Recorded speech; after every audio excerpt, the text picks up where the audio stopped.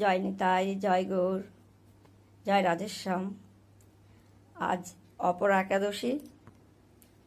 এই একাদশী সকল কৃষ্ণ ভক্ত বৃন্দকে জানাই একাদশীর শুভেচ্ছা ও সকল সাধুগুরুকে জানাই আমার প্রণাম।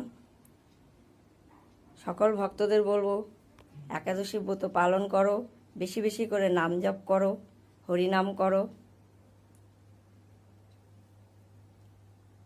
আমার বাল্যভোগ দেওয়া হয়েছে, ভগবানের পূজা অর্চন হয়েছে, দর্শন করো তোমরা সকলে।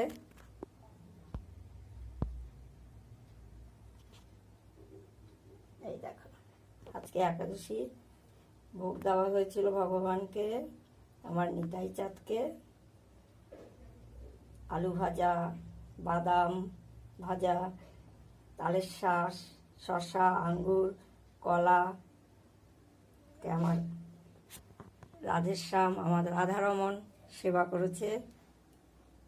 আমার সাথে সাথে আমার রাধারমণও একাদশী করেছে। দেখো কত মিষ্টি লাগছে না? জয় নিতাই চাঁদ কি জয়, জয় রাধারমণ কি জয়, জয় জগন্নাথ বলরাম সুভদ্রা মাইয়া কি জয়, जय लक्ष्मी नारायण की जय,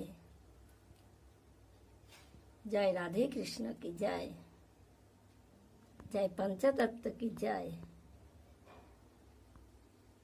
जय वृंदे महारानी की जय।